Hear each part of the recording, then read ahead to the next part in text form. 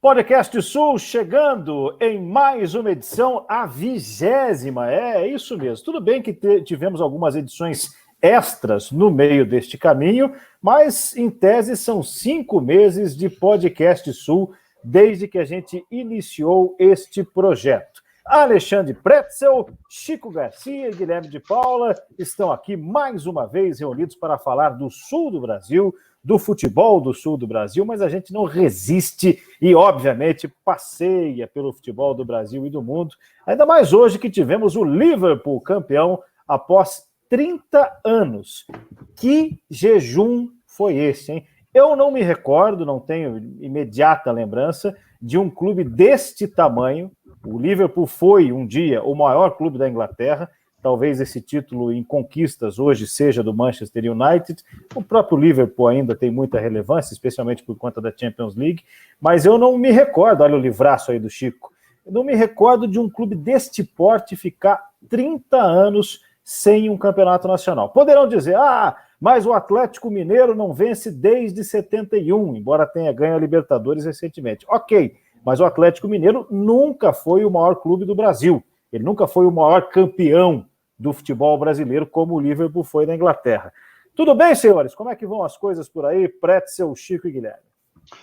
Cara, o meu destaque, meu boa noite, a minha honra inenarrável com vocês, é que no dia 27 de abril, a gente entrevistou aqui um cidadão chamado Cláudio Gomes, da Associação de Clubes de Santa Catarina, 2 meses atrás, e ele disse o seguinte: olha, semana que vem volta o Campeonato Catarinense.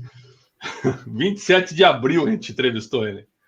Nós estamos no dia 25 de junho e a bola só rolou no Rio e numa confusão danada. Quer dizer, não dá para cravar absolutamente nada, apesar da informação de agora à noite, de que aí eu acho que dá para acreditar um pouquinho, porque quando a CBF entra no circuito, aí muda de figura.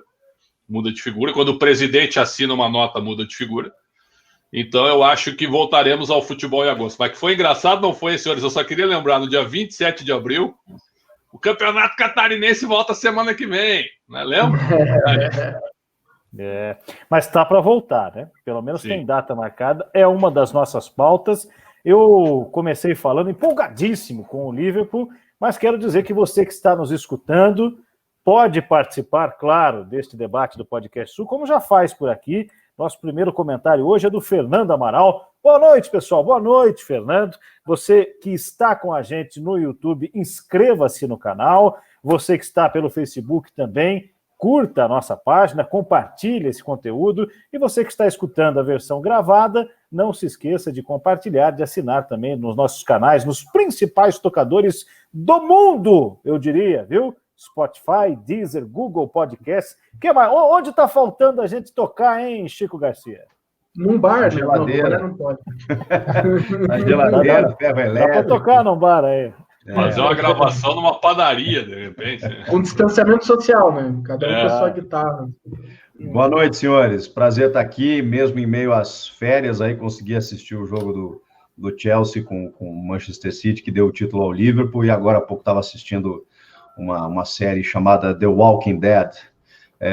Mas é isso. E aí cheguei meio que em cima da hora aqui, mas vamos lá, né? Vamos projetar. Acho que, de qualquer forma, a bola vai rolar em algum momento, mesmo com toda essa dissonância, né, de opiniões e de situações que a gente está vivendo nesse país continental, em que a mesma situação no sul do Brasil não é a mesma do norte, não é a mesma aqui do eixo Rio-São Paulo, por isso que eu acho bem complicado aí, até quero ouvir de vocês mais detalhes aí, que me pegou de surpresa essa notícia de uma suposta previsão de um campeonato brasileiro, porque eu fico imaginando a dificuldade.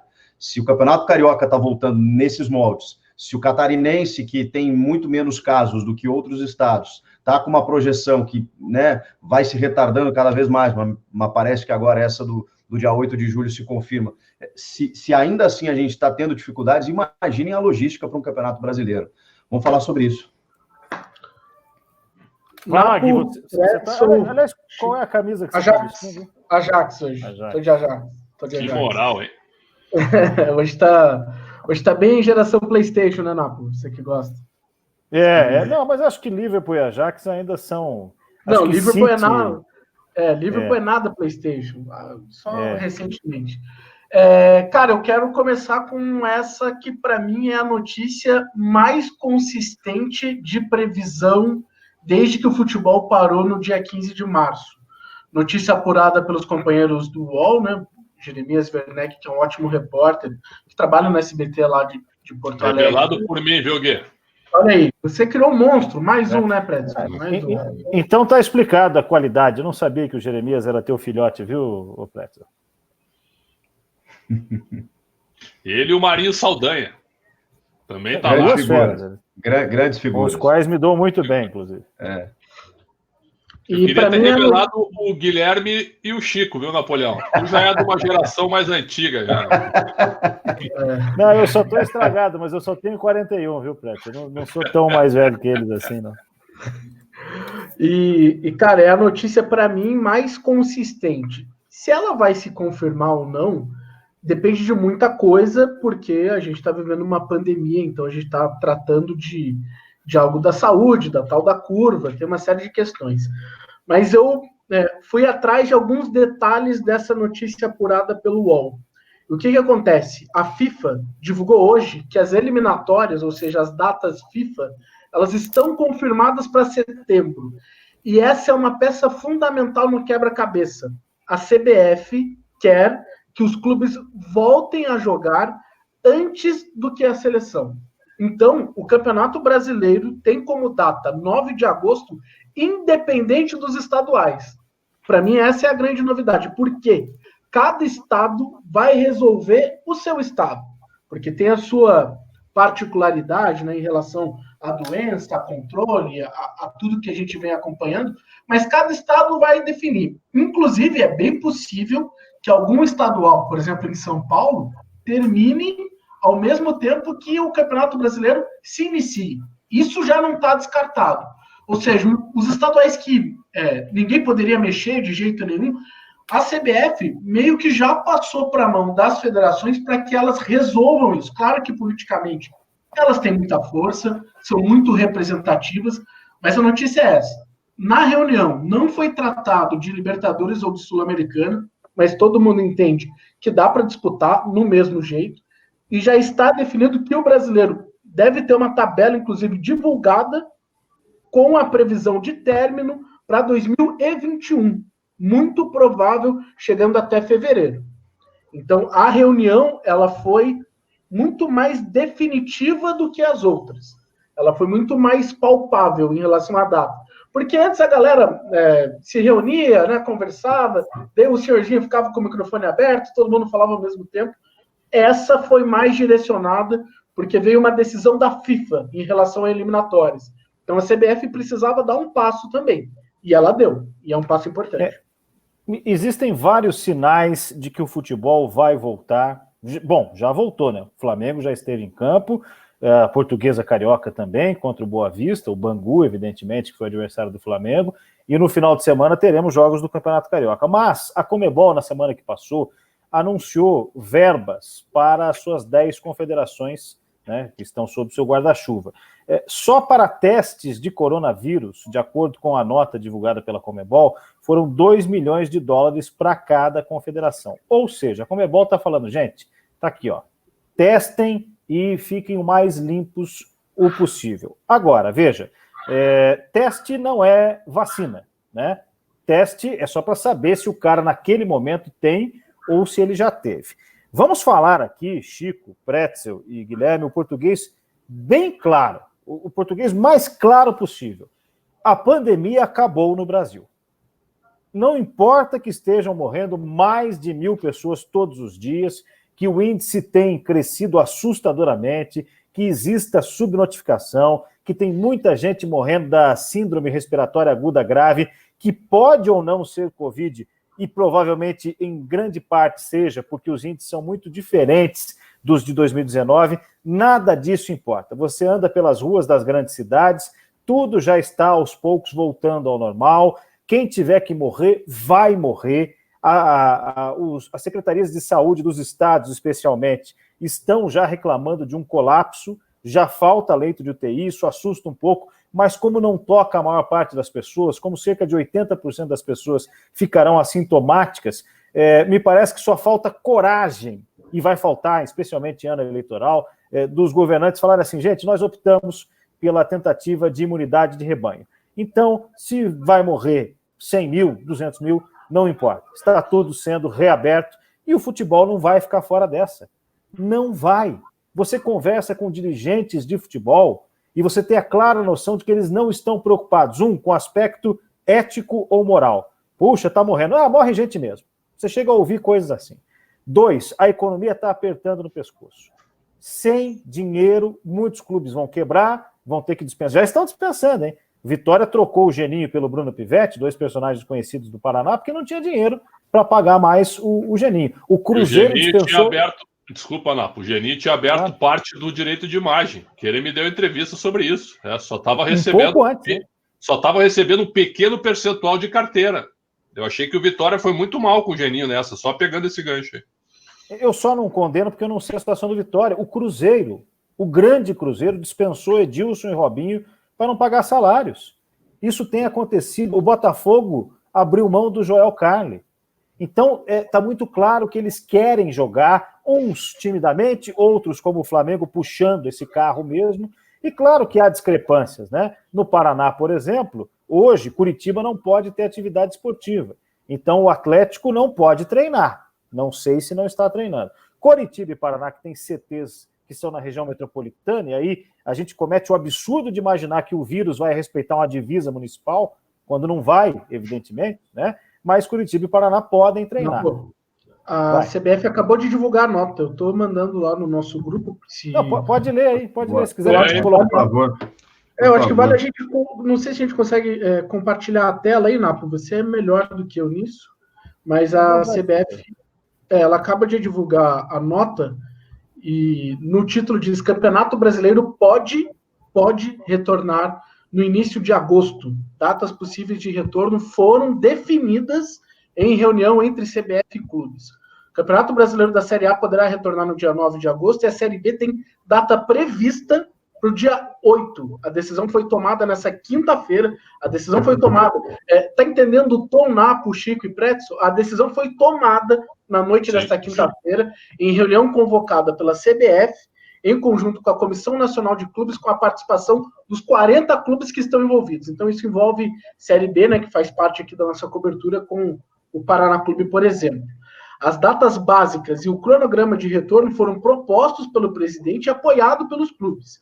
O retorno depende da autorização das autoridades de saúde, mas 19 dos 20 clubes da Série A se dispuseram a jogar fora das suas cidades em última instância, caso até lá os municípios não estejam liberados pelas autoridades de saúde a realizar jogos. Foi um sinal de apoio à realização da competição pela CBF. Isso significa, por exemplo, que se Porto Alegre não for possível, a dupla joga em Caxias. Se em Caxias não for possível, a dupla joga em Bento.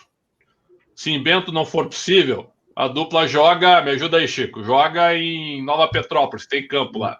Pelotas.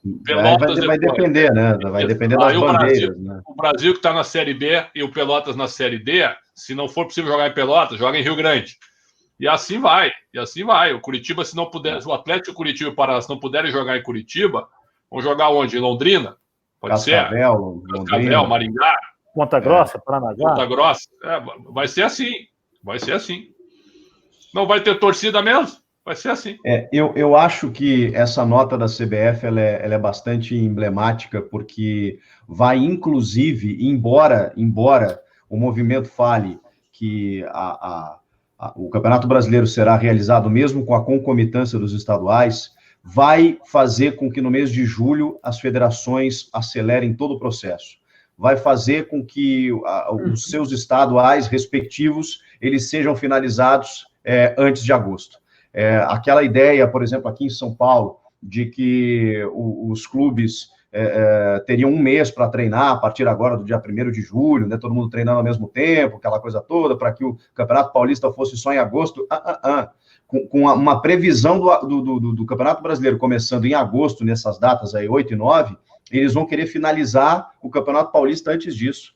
são só 6 datas, como em vários estados, eles vão treinar uns 15, 20 dias e toca ali pau, jogo dia sim, dia não, sei lá, faz as datas finais aí para chegar em agosto a pleno. Por quê? Porque esses clubes vão pensar o seguinte, peraí, eu tô aqui tentando fazer tudo certinho, eu tô tentando me organizar aqui para não ter pressa, mas aí o Flamengo já começou a jogar, e o Flamengo já tem, né, já é favorito, começou antes. Aí vou eu aqui retardar o meu processo para chegar lá na frente e tomar pau no brasileiro, e aí a minha torcida vai me cobrar. Não. Seguinte, é o que o Pretzel está dizendo, a prefeitura não liberou aqui, vamos jogar na esquina, vamos jogar na outra cidade, vamos resolver isso aí, porque eu quero estar pleno no brasileiro.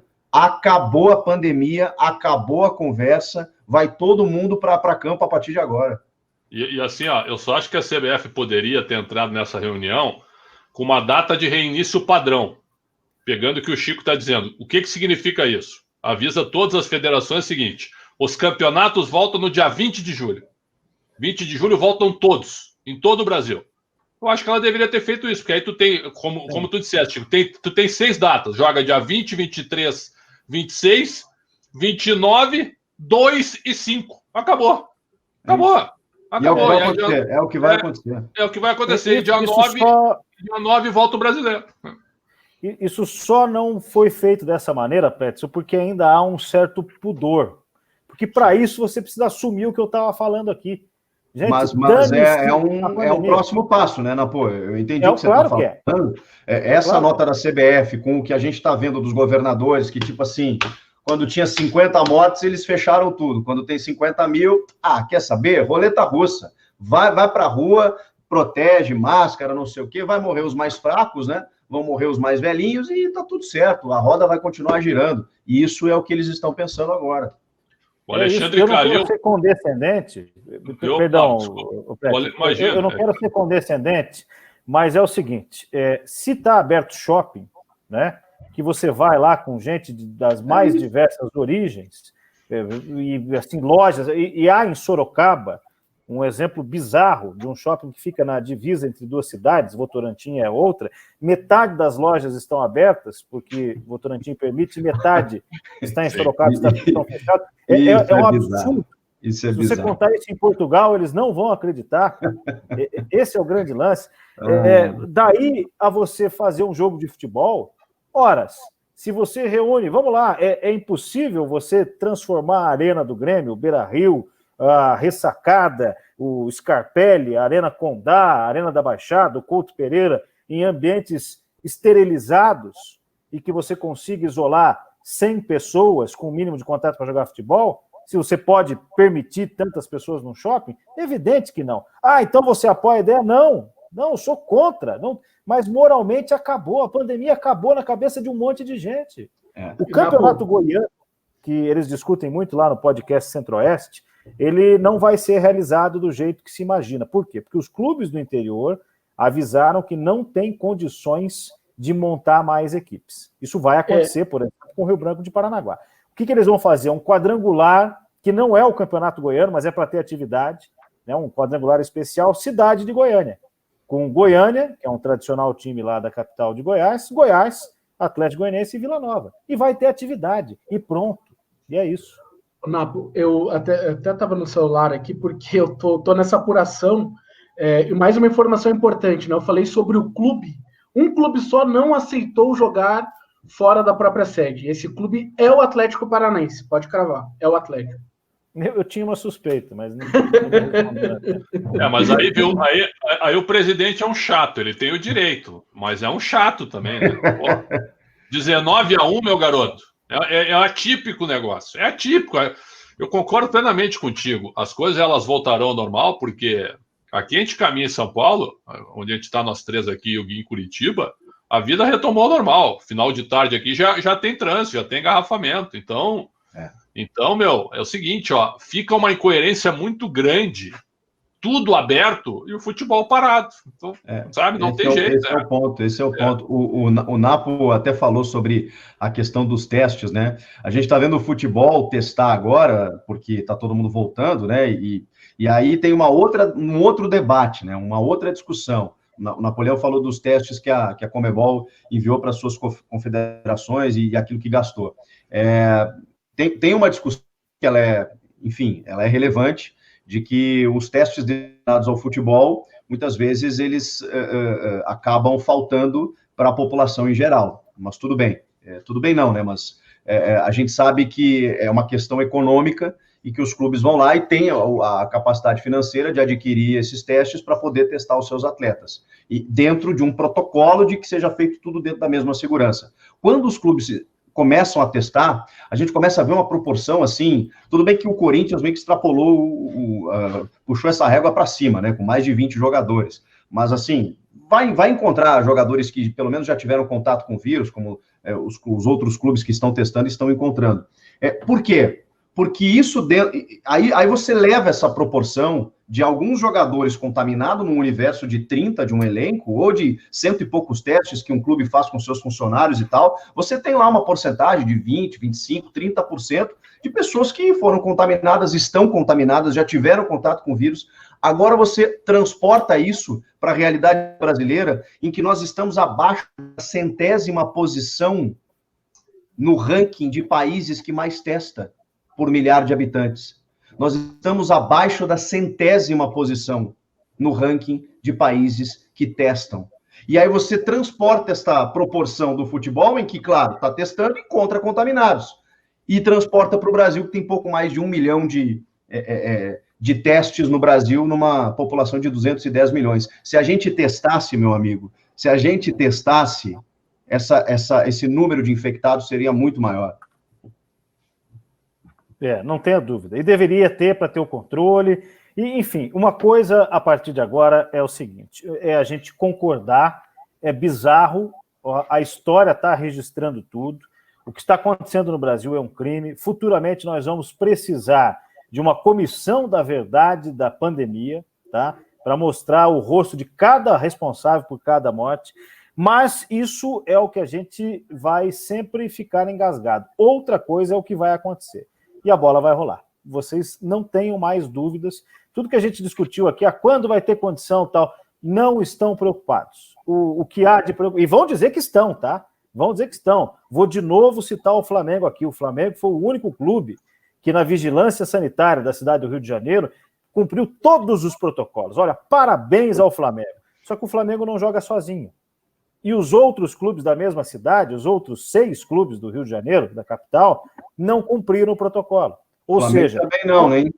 Flamengo não concentrou. Isso, ele não cumpriu o protocolo ofertado, que foi mudado já, aliás, tá? Por conta eu estou falando da vigilância sanitária da cidade do Rio de Janeiro. Foi lá conferir se tinha dispensa de álcool em gel, se havia alertas o suficiente. Só o Flamengo tinha. Tudo, beleza. Tudo. Parabéns ao Flamengo, genial. Só que os jogadores do Flamengo vão jogar contra os do Madureira, que não cumpriu, né? Então, o risco está aí. Mas esse risco já foi assumido. A partir de agora, até que a bola role, vai ser chover no molhado. Eu vou dizer, por exemplo, o que está acontecendo em Santa Catarina. O jogo está marcado para o dia 8. O primeiro, né, dos jogos, o dia 8 de julho agora, o Campeonato Catarinense está programado para ser retomado.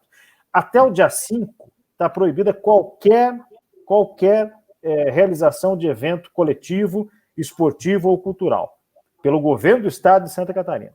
Tá?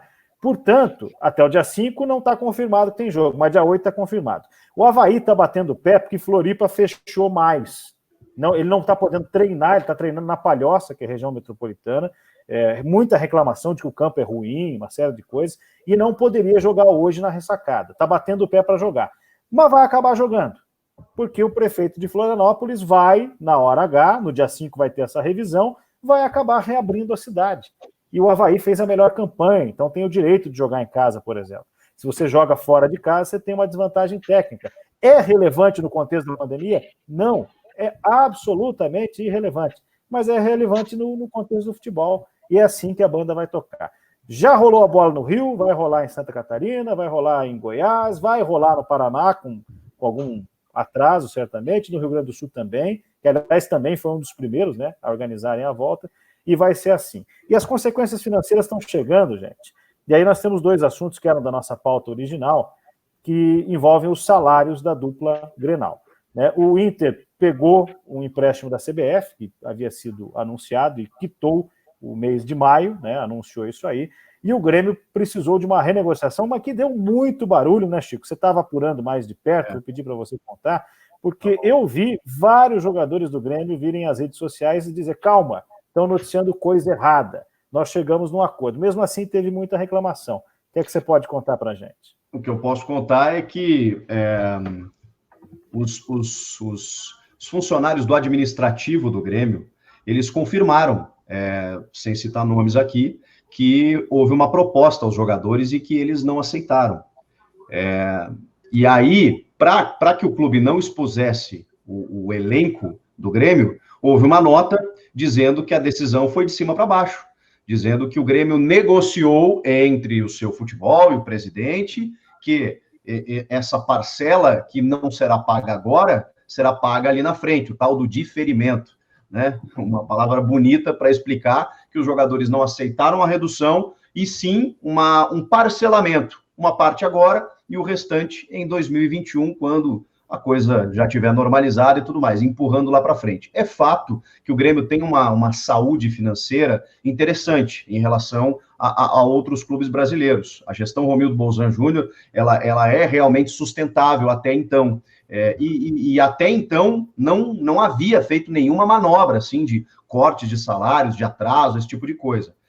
Por isso que chamou a atenção. Mas a informação vem de dentro do Grêmio, de pessoas que, obviamente, né, preservaram a sua identidade, né, e a gente preserva como fonte, de que informaram que os jogadores não aceitaram essa redução.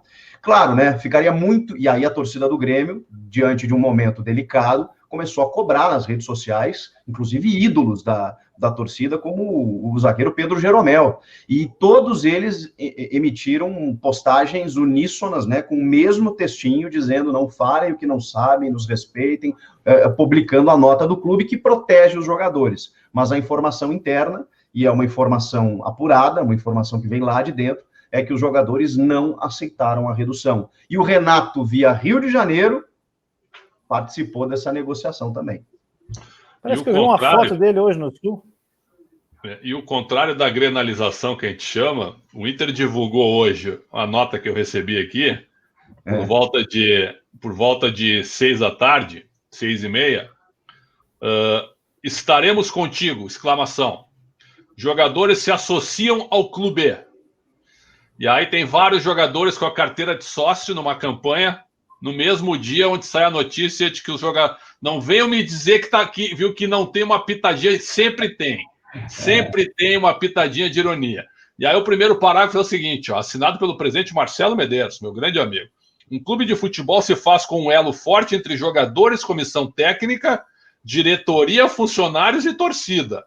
É neste momento difícil e único da nossa história, e neste momento não seria diferente. Engajados na campanha Estaremos Contigo, o grupo de jogadores mostra que veste o manto colorado, não somente dentro de campo, mas também fora, juntando-se aos milhares de sócios e sócias do Clube do Povo.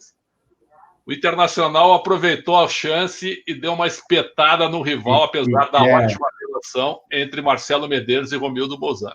Vamos grenalizar mais ainda. O que chamou a atenção para os gremistas nessa campanha o D'Alessandro não era sócio ainda?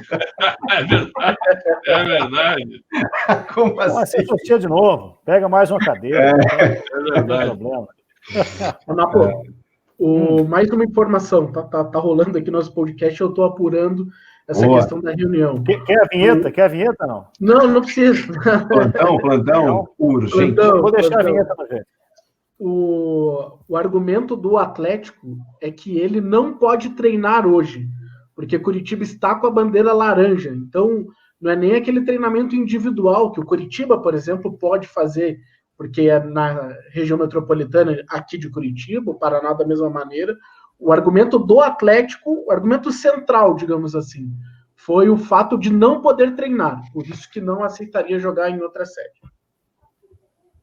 Enfim. Clubes paulistas também não estão treinando ainda, né? Olha, eu tive uma denúncia hoje, hein, de que tem clube em São Paulo treinando sim há muito tempo. No interior? Uhum. Bom. Não, já o Globoesporte.com flagrou. Tem umas 2 semanas, eu estava trabalhando, ainda não estava em férias.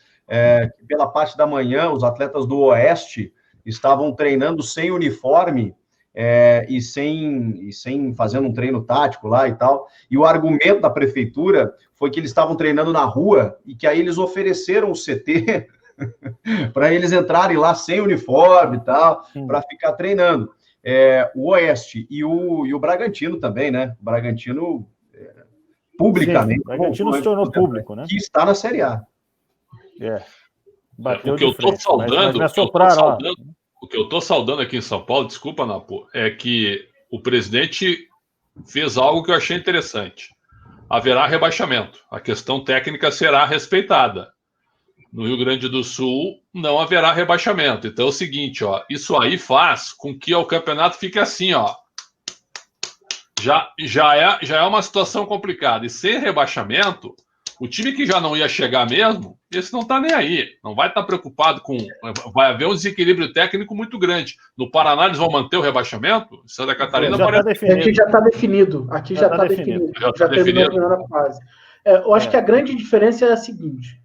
Se aqui não voltar o Paranaense, cara, tanto faz, porque o investimento da TV é pequeno. A DAZN fechou de última hora, né? Está transmitindo o campeonato pelo streaming, mas é um dinheiro, vai fazer ali diferença para Rio Branco, para Londrina, tudo bem, mas não haverá uma grande comoção se não rolar jogos do Paranaense. Agora, se não tiver Paulista, aí dá crise, porque o dinheiro é muito grande. Se não tiver Carioca, o dinheiro é muito alto também. Por mais que o Flamengo não tenha fechado com a TV Globo. Você sabe, né, que a preocupação, especialmente do Flamengo e dos grandes clubes, era exatamente com o brasileiro.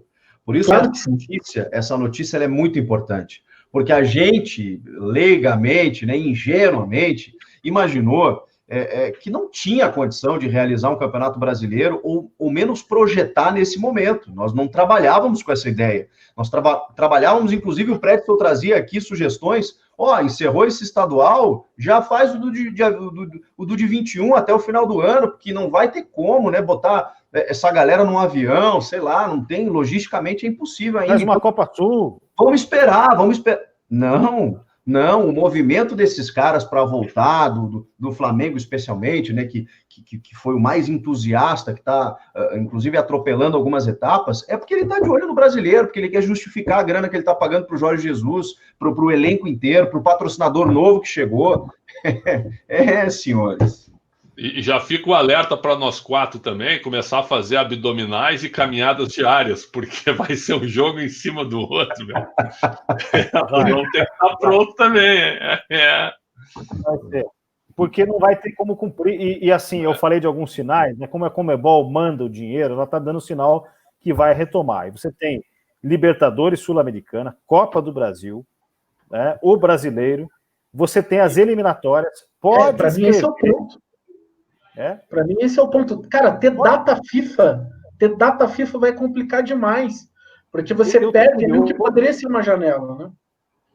Sim, vão jogar com, assim, vamos lá, o Flamengo deve ter jogador convocado, certamente terá pelo desempenho, vai desfalcar no Brasileiro, na Copa, vai desfalcar um que não tenha dúvida, e não vai ter como reclamar.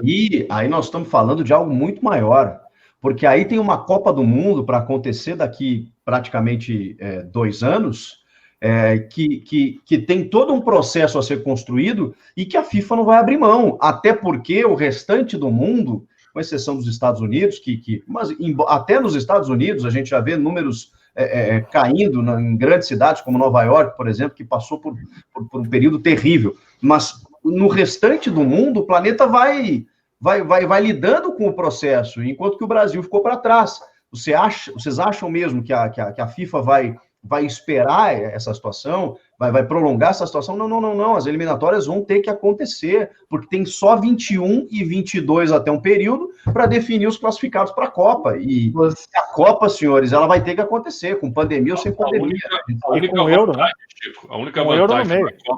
A única vantagem da Copa do Catar é que será em novembro, né? Novembro para dezembro.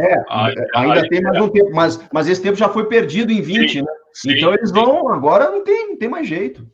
Eu queria dar uma sugestão de série para quem está acompanhando a gente, que é a série El Presidente, que está na Amazon. Conta a história do FIFA Gate e tem como fio condutor os dirigentes sul-americanos. Cara, é muito bom, porque retrata exatamente o que aconteceu.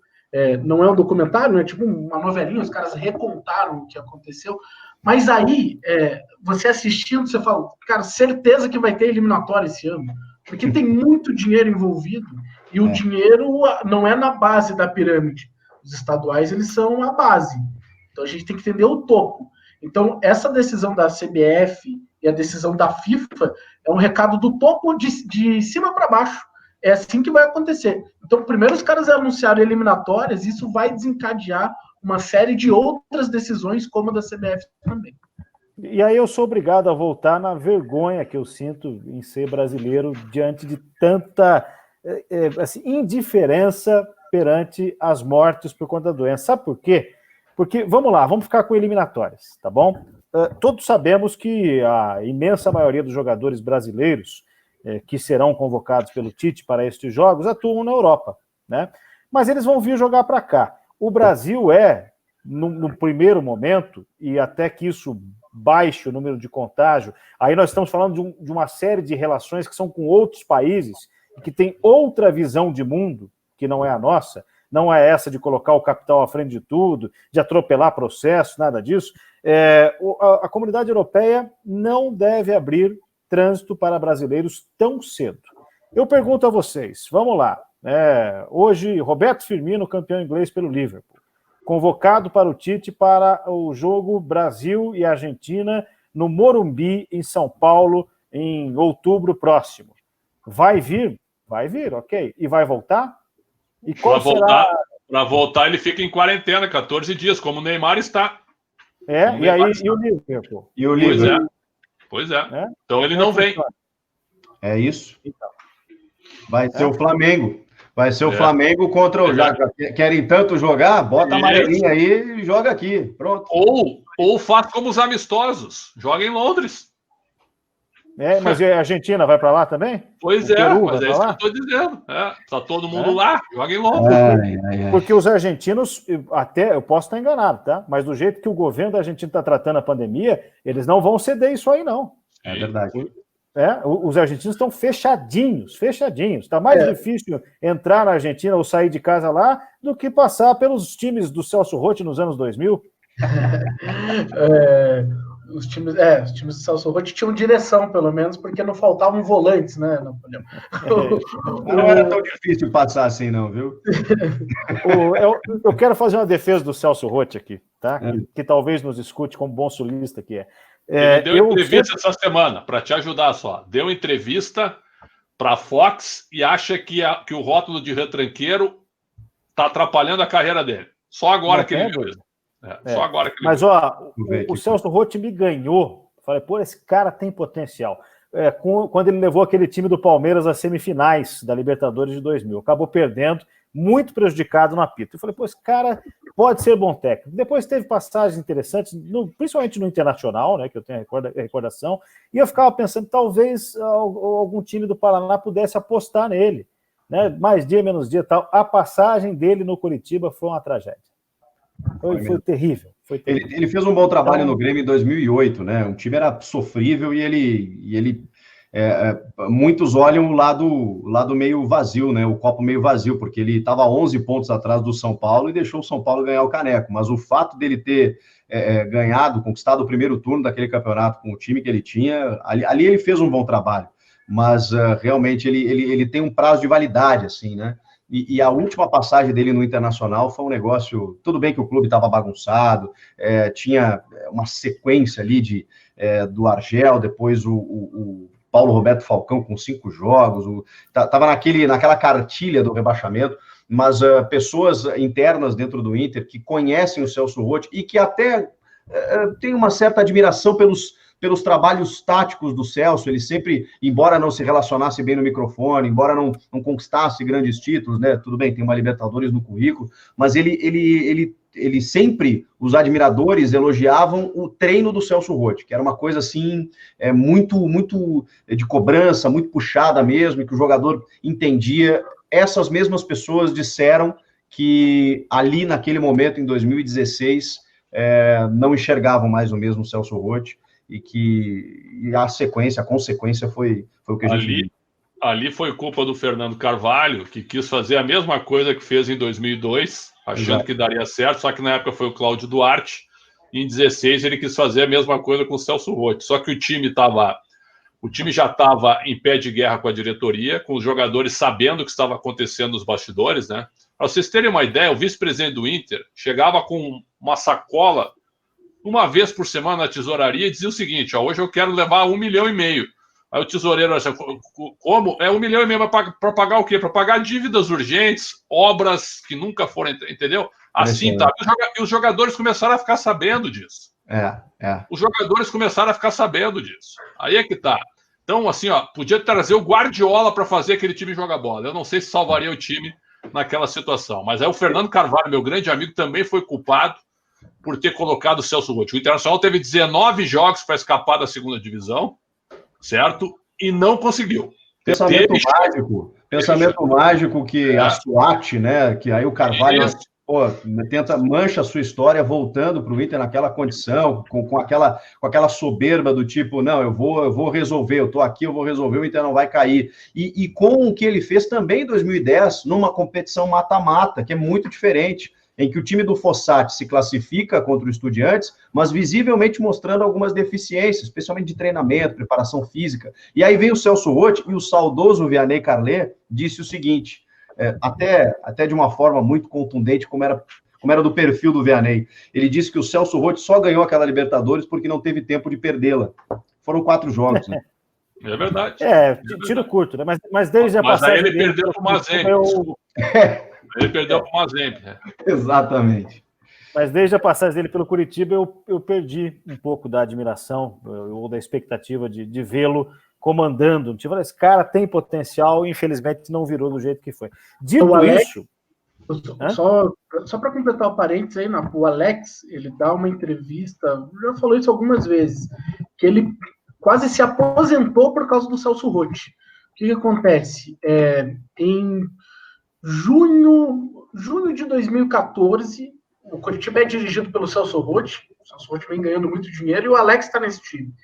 E o Curitiba tinha um jogo contra o Atlético, um Atletiba, só que esse Atletiba foi em Maringá. Eu não vou lembrar exatamente por quê, mas aconteceu no interior, um dos raros Atletibas do interior. E o Alex termina o jogo com a certeza que tinha que se aposentar. Ele falou, cara, não dá mais pra mim, eu vou parar. Pelo seguinte, não é por que, Alex, né? Perguntaram para ele. Porque naquela semana, em 4 dias, eu joguei 3 vezes. Mas como assim, Alex? Só teve o Atletiba? Cara, teve o Atletiba e ele fez um coletivo na quinta e outro na sexta. Então, para mim, não dava mais. Coletivo de 90 minutos. Então, mostrava um pouquinho com essa história a desatualização ali do Celso Roth naquele momento, pelo menos. Esse Atletiba foi em Maringá por conta da obra, né, da arena. O estádio já estava na reta final. E foi o Atletiba do Marcos Guilherme, que hoje enverga a camisa colorada, né? Ele decisivo lá em Maringá. Esse jogo eu assisti num pub em Dublin, hein? Não estava mal. Que massa, hein? Que isso, hein? Foi lá que eu comprei essa camisa, inclusive. Né? Para complementar só do Celso Roth, 2 historinhas aí que o Pretzel especialmente acompanhou de perto. O Ronaldinho Gaúcho era reserva do Itaqui no time do Celso Roth, né? E a torcida pegava no pé dele. Por quê? Porque ele tinha que mostrar que mandava. E depois o Douglas Costa arrebentando num treinamento, a imprensa acompanhando daqui a pouco. E aí todo mundo já pedindo o Douglas Costa. Ele tinha entrado num jogo contra o Botafogo, feito 2 gols, aquela coisa toda. Daqui a pouco o Douglas Costa tentou fazer uma firula, assim, o Celso Roth mete no trem, a imprensa toda ali no cercadinho do campo suplementar do Olímpico ouvindo ele. Aqui, guri, tu não vai me ouvir? Joga essa bolinha de merda que tu acha que tu joga. Foi isso mesmo. Virou manchete em tudo que é hoje. Se ele faz isso hoje, ele é demitido depois do treino. Se ele faz isso hoje. Com a joia do time, imagina. Se ele faz. O treinador, ele perdeu muita força também, né? Por causa os jogadores mandam hoje. Mas o profissional precisa se atualizar. Eu vi o Celso Roth saindo de preparador físico para treinador. Certo? Começou muito bem. Mas ele tem um grande problema que o Dunga também tem. Ele não consegue administrar a relação com a imprensa. E se tu não tiver uma relação no mínimo, razoável com a imprensa, com o Chico, com o Guilherme, com o Napoleão e com o Mala do Pretzel, é duro, cara. Se tu não souber lidar com a imprensa hoje, ainda mais hoje, porque hoje tem a rede social, além da imprensa, é a rede social. Se tu não souber lidar com isso hoje, tu não consegue trabalhar. E a gente vê aí nomes que... O Celso, ele só não treinou dos grandes. Atenção, hein? Fluminense, certo? E São Paulo. Não, Fluminense, Corinthians e São Paulo. Corinthians. Não, dos chamados 14, ele não treinou 3, cara. Não treinou 3. Não, ele não treinou o Atlético também, não. O Atlético também não. Ele treinou o Coxa. Coxa ele treinou. Então, ele e o treinou Bahia, eu não me lembro se ele treinou. Treinou o Bahia. Dos 15, ele treinou 11. E essa coisa da imprensa, assim, uma autocrítica, né? Um momento observatório da imprensa.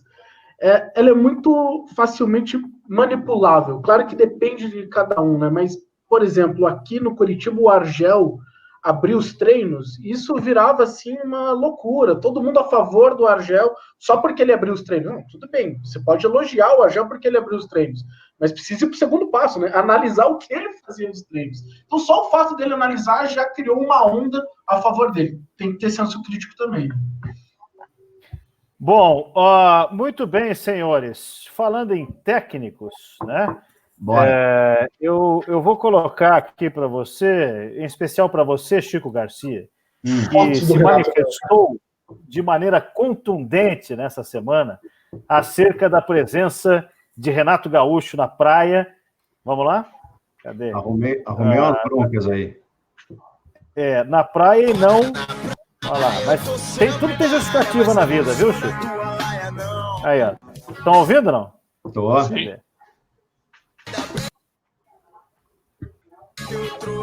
Aí, ó. Trilha sonora para você explicar qual o grande problema do Renato estar na praia e não estar treinando o Grêmio, Chico Garcia. Qual é o problema, né? Qual é o problema? Já que o Grêmio mandou ele ficar em casa e ele entendeu que a casa dele é a beira da praia, né? Nenhum problema, imagina. Cara, tem vários problemas, são muitos problemas ele estar na praia. O Renato precisa entender que ele não é um autônomo, e se ele fosse, já seria errado, porque estar na beira da praia não é permitido no Rio de Janeiro. Você pode frequentar a orla, você pode se banhar, mas você não pode estar na beira da praia, que é onde ele estava. E estava aglomerando, porque há vários registros de muitas pessoas na volta dele. Diz ele que passou só 40 minutos, que tirou a máscara para dar um mergulho, aquela coisa toda. Não sei, mas não interessa, porque a imagem que ele passa como técnico do Grêmio, como postulante a substituir o Tite na seleção brasileira, que é o que eu ouço, inclusive, de técnicos e de pessoas ligadas ao meio do futebol, que na ausência do Tite ele tinha que assumir. Então, esse cara que é ídolo do clube, é o maior ídolo da história do Grêmio, que é hoje técnico do Grêmio, que não está presencialmente no clube, porque é do grupo de risco, por orientação do seu clube, que é o seu pagador, e está 100 dias sem estar presencialmente com o seu elenco, enquanto que, se é para grenalizar, né, o Eduardo Cudê já saiu da Argentina e está lá. Não pode fazer trabalho tático, mas ele está lá orientando seus jogadores. Então, são várias vírgulas, né? E, além do mais, é de uma incoerência absurda. Porque o Renato, antes da paralisação, foi o cara que botou uma máscara e foi para campo e fez um protesto, dizendo que se o campeonato continuasse, ele não ia levar os jogadores dele a campo, porque ele precisava preservar os seus atletas, que as pessoas precisavam pensar na saúde, no futebol. Ele liderou esse protesto, ele tem uma relevância incrível no mundo do futebol. Ele foi perguntado pelo presidente da República, Jair Bolsonaro, se o futebol tinha que voltar. Esse é o tamanho do Renato. E aí ele vai para a praia jogar altinha? Não, meu amigo, não pode. Senhores. O Renato pisou no Grêmio, pisou na diretoria, inclusive as mensagens dos torcedores do Grêmio que eu acompanhei nas redes sociais logo no dia foram quase que poucos o apoiando. Com outro presidente, eu não estou criticando o presidente Bolzan, mas o presidente Bolzan me disse no mesmo 27 de abril, que eu perguntei para ele se ele se incomodava que as pessoas diziam que o Renato mandava no Grêmio. A resposta dele foi a seguinte: eu não estou me lixando porque as pessoas pensam, eu quero que o Renato me dê títulos. Enquanto ele estiver me dando títulos e trabalho que eu tô gostando, eu estou me lixando para o que as pessoas pensam. Resposta de Romildo Bolzan está no meu canal, na entrevista que eu fiz com ele no dia 27 de abril, ok? Só que 2 meses depois o Renato pisa na autoridade gremista. Pisa. O Grêmio divulgou uma nota oficial ridícula, insípida, inodora, incolor, ridícula. E o Renato mostrou que está se lixando. E aí eu concordo com o Chico. Ele respondeu para os jornalistas que o consultaram: eu não vou para Porto Alegre porque eu não tenho função. Mas como assim não tem função, cara? Mas onde é que não tem função? Então, se o Thiago Neves estiver jogando no Marinha do Brasil, que é um parque que tem na beira do Guaíba lá, jogando uma pelada, ninguém pode condenar, cara. Se o meu treinador sai de casa e vai jogar futebol na praia, por que eu não posso jogar no parque? É a mensagem que ele passa. É isso. Então, cara, o Renato é o maior nome da história do Grêmio. Ponto. Isso é indiscutível. Estátua merecida, tudo é verdade. Agora, as atitudes dele são de quem não tá nem aí, cara. É eu e o resto que se lixa. É o que eu penso. O Renato, ele é muito bom no campo, como técnico ou como jogador, mas é péssimo de mensagens. E as mensagens são muito relevantes para um cara do tamanho dele, porque a gente está falando de uma influência, né? Em tempos de influencers, os ídolos são os maiores nisso. Quando o Renato Gaúcho toma essa atitude, isso estabelece um novo, usar esse termo que está todo mundo usando, mas isso estabelece para as pessoas esse novo normal, que é possível retornar à praia, mesmo sendo do grupo de risco, né? Olha o exemplo do Djokovic, né, Guilherme? Perfeito. O cara é um ídolo. O Djokovic, né? Esse tenista. Djokovic, exatamente. Esse é um exemplo terrível, né? O Djokovic é um negacionista clássico, e um péssimo exemplo. Com crianças, inclusive, né? Jogando tênis, fazendo eventos abertos nesse momento. E deu ruim em geral, né? Deu ruim para todo mundo. O triste é que é isso. Normalmente, os negacionistas acabam sendo atingidos, porque preferem a exposição. Só que a exposição não é só deles, né? Não é só o Renato que estava correndo risco. Nesse caso, ele, além de levar risco para outras pessoas e para si próprio, o maior risco para mim é o exemplo de falar: não, tá tudo tranquilo, tá tudo normal. Por isso que você falou, não, eu concordo. Pandemia no Brasil, cara, acabou, já era. A gente cansou, cansei das lives sertanejas, não tem mais Big Brother, então dá para sair. Bora, vamos para rua. É isso. E uma manchete porque não vai dar tempo no programa de hoje, mas eu acho que é um assunto interessante para a gente debater. O Renato, ele merece a idolatria que tem por tudo que ele conquistou, mas é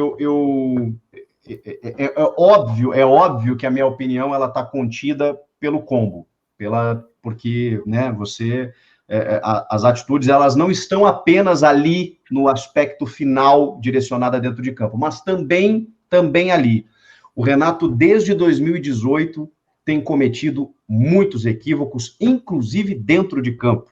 E a gente pode questionar se esse ciclo ele já não está próximo de um fim, se aquele Grêmio de 16, 17 que encantou e que ele vem tentando recuperar a partir de 18, se ele vai conseguir reencontrar em algum momento. Mas isso é um debate maior e tal.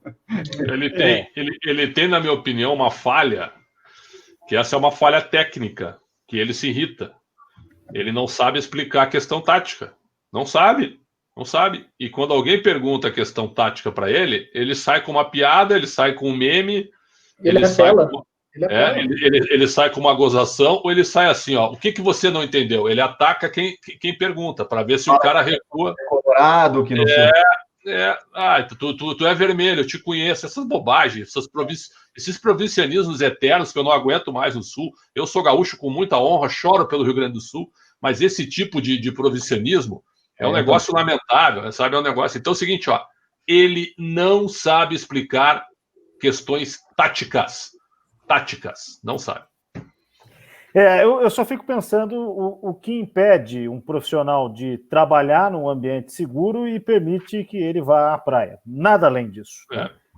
É só isso que me incomodou. Eu acho que isso, o Pretzel tocou nisso daí. É outra coisa que daí esportivamente tem muita importância, que é o Renato Gaúcho maior do que o Grêmio, né? O que é uma loucura. Tipo, eu não vou aí, vou jogar altinha na praia mesmo, e não tô nem aí. E soltem uma nota explicando. Dê um jeito de explicar aí. E passa em vergonha. O Renato é um Não técnico que leva... Não foi a primeira vez que ele foi flagrado jogando futebol aí na praia nesse período aí. Ele é um técnico que leva 5-0 numa semifinal de Libertadores e sai sem nenhum arranhão.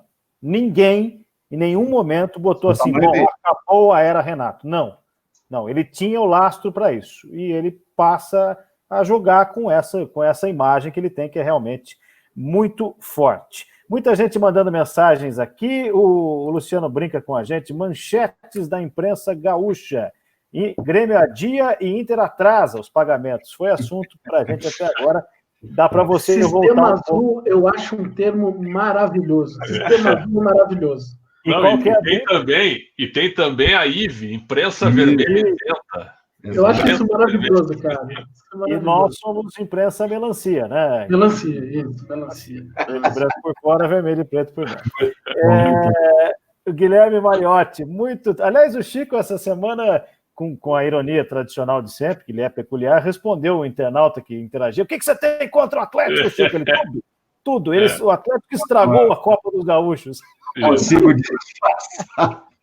Não, o cara deduziu que quando a gente fala do Atlético, o Chico e eu, a gente fecha a cara.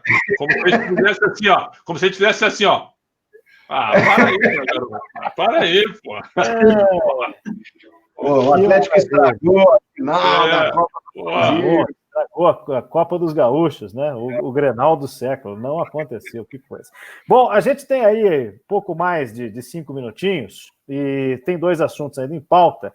Eu trouxe a informação hoje, ao lado do Rodrigo Matos, colega de UOL, que o Curitiba fechou o seu contrato com a Globo. É um contrato por 1 ano, nem dá para falar que é por 1 ano. O contrato... Tem uma pergunta mesmo aqui, acho que é... O acordo de TV do Coxa aí. Isso, do Carlo. Obrigado, Carlo, pela companhia de sempre. Ele está sempre com a gente. Acharam uma boa? Bom, não é um contrato nem por 1 ano, é um contrato por um campeonato, né? Pelo Campeonato Brasileiro de 2020. Essa transmissão em TV aberta, tá? O valor eu não tenho com precisão, mas especula-se ser em torno de 20 a 22, no máximo 25 milhões de reais, é o padrão mínimo, né? A informação que eu tenho é que não tem pay-per-view. Por quê? Porque o Curitiba está sob contrato com a Turner. Então, a Turner é TV fechada, né? Sim, mas mesmo assim, existem gatilhos nesse contrato que não permitem. Por quê? Porque lá atrás, para a gente explicar, quando a Turner investiu no futebol, e eu espero não deixar você desconfortável aqui, Pretzel, mas enfim, vou fazer o relato profissional do que aconteceu, a Turner tinha a expectativa de concorrer com a Globo em transmissões. Se um clube fecha com a aberta e com o pay-per-view, amigo, aí você tira a exclusividade do negócio. Então, existem gatilhos contratuais que não estão bem resolvidos, nunca estiveram, né, com os clubes da Turner.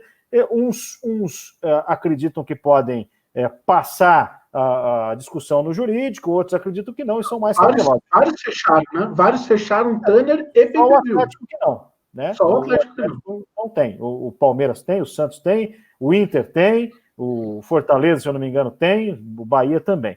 Mas o fato é que o Atlético teve essa outra interpretação. A informação que eu tenho do Curitiba é que o pay-per-view não está, né? Mas é a informação que eu tenho em relação a isso. E esses 22 milhões, 24 milhões, enfim, não quero ser muito preciso porque não tenho o número exato, eles são a base normal do pagamento. Se o Curitiba for campeão brasileiro, ele vai receber mais porque existe o quinhão da premiação. Se ele for rebaixado, ele não vai receber nada, porque o Atlético, inclusive, bateu o pé e não aceitou a proposta do Avaí de premiar também os rebaixados, o que eu sou a favor.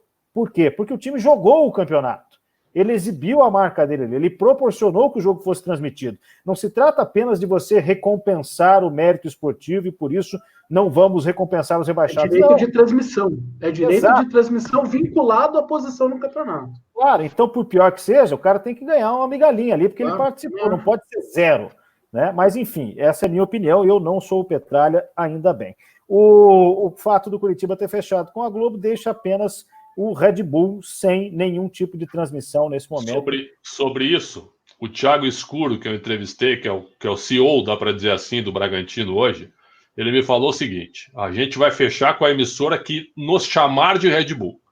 Isso é ponto pacífico no contrato. Se não chamar o time, não tem contrato.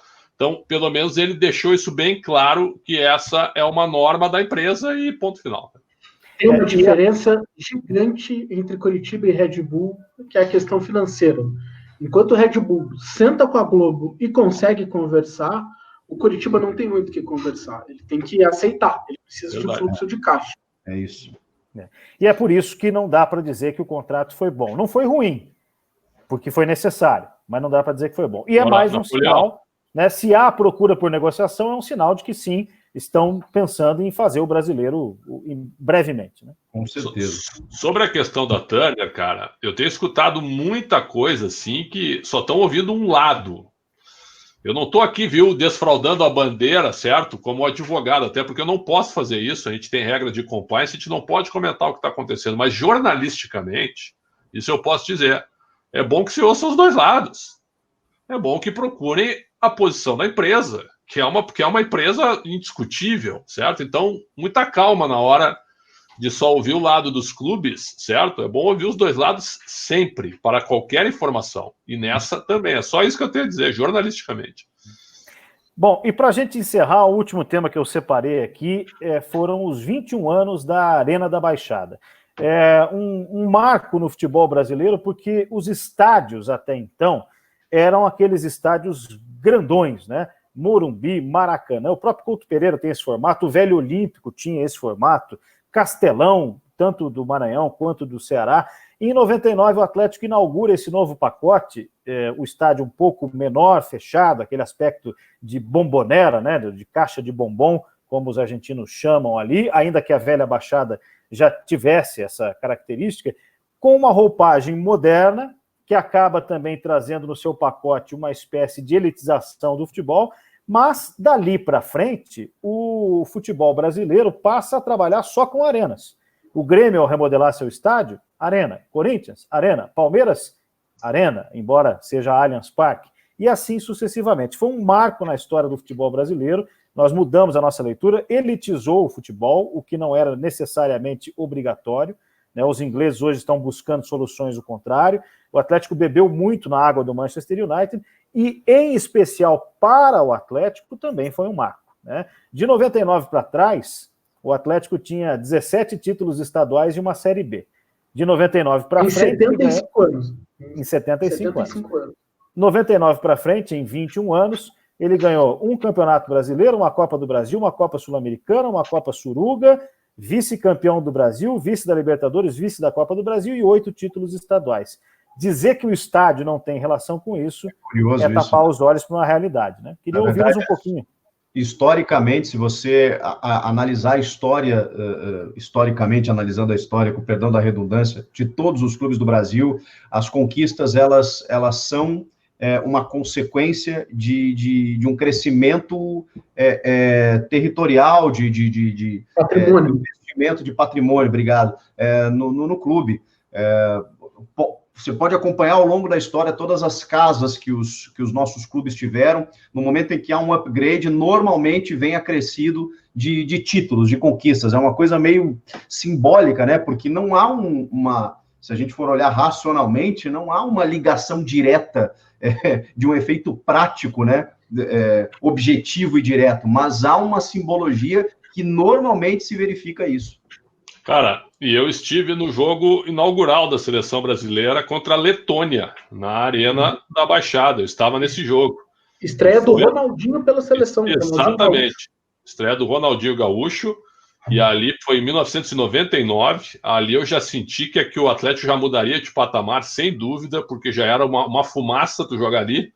Imagina o Atlético. E depois, em 2001, que eu fui acompanhar, a seleção se concentrou com o Filipão, quando trocou o treinador, no CT do Caju, para 2 jogos. E aí, eu fui acompanhar a seleção e o Campeonato Brasileiro não parou. E o Atlético recebeu o Flamengo. O Atlético do falecido Mário Sérgio recebeu o Flamengo, acho que na segunda rodada, se eu não estou enganado. E foi 4-0, 4-0, um vareio de bola, 2 gols do Kleber Pereira e 2 do Alex Mineiro, eu acho. Eu fui ver esse jogo, que era um domingo de folga Eu fui ver o jogo. E foi um massacre. E ali tu já via que o time já era bom, foi campeão brasileiro depois, e que o estádio, sem dúvida, ia ser uma grande força do Atlético. Parabéns ao Atlético, eu não me lembro, né, o Napoleão, era Mário Celso Petralha, Ademir Adur e José Maria Farinhaque, foram os 3 caras que mudaram o Atlético, é isso? O José Carlos Farinhaque foi quem tirou o Atlético do Pinheirão, que era para ser um Maracanã paranaense, para a Velha Baixada. Quem completa esse trio aí que você citou é Enio Forneia, que era inclusive um engenheiro aí que participou diretamente das obras. Adur e Forneia, a partir de 2002, foram sendo afastados da vida do Furacão. E a própria torcida hoje tem uma relação muito diferente com o estádio, né, Guilherme? Eu acho que essa é a grande questão. Os elogios, eles são totalmente merecidos. Há uma mudança clara de patamar do Atlético a partir do novo estádio, e nisso o Petralha, ele é à frente da maioria dos dirigentes do futebol brasileiro. Ele tem uma visão de antecipar as coisas. A Arena é uma tendência no mundo inteiro. Ele vai e traz para o Atlético. Análise de mercado, análise de desempenho.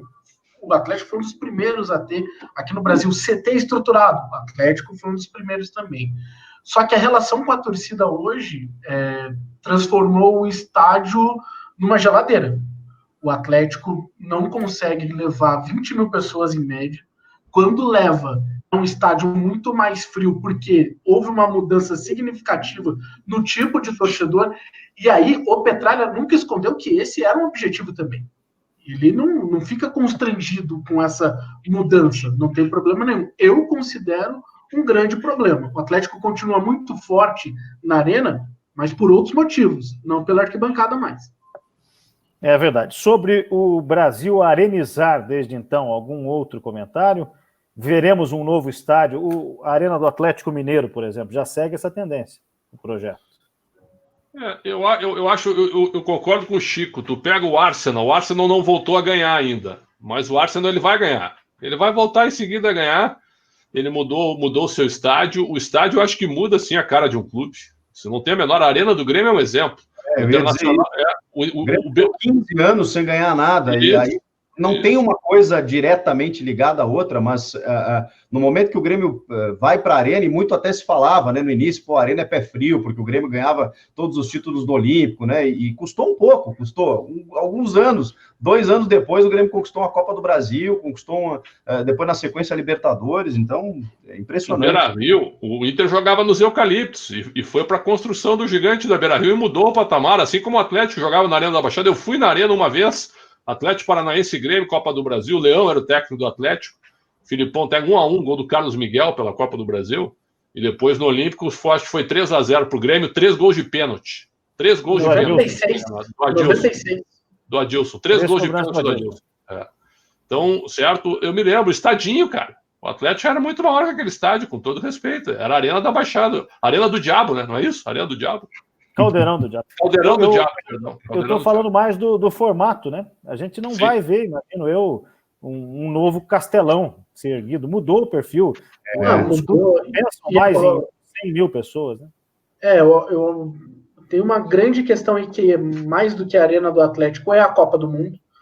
A Copa do Mundo foi, entre aspas, vou colocar entre aspas aqui porque tivemos problemas de corrupção aí, mas foi uma grande oportunidade para a construção do estádio. E, cara, quem construiu. O Galo é fora da curva, porque quem não construiu ali, quem não pegou esse gancho, por exemplo, o Coritiba, para fazer um novo Couto Pereira, até reformar, tornar o Couto uma arena, vai ter muita dificuldade. Qualquer clube no Brasil tem. O Galo é uma exceção, é outro tipo de coisa que está acontecendo lá. Morumbi com São Paulo aqui, né?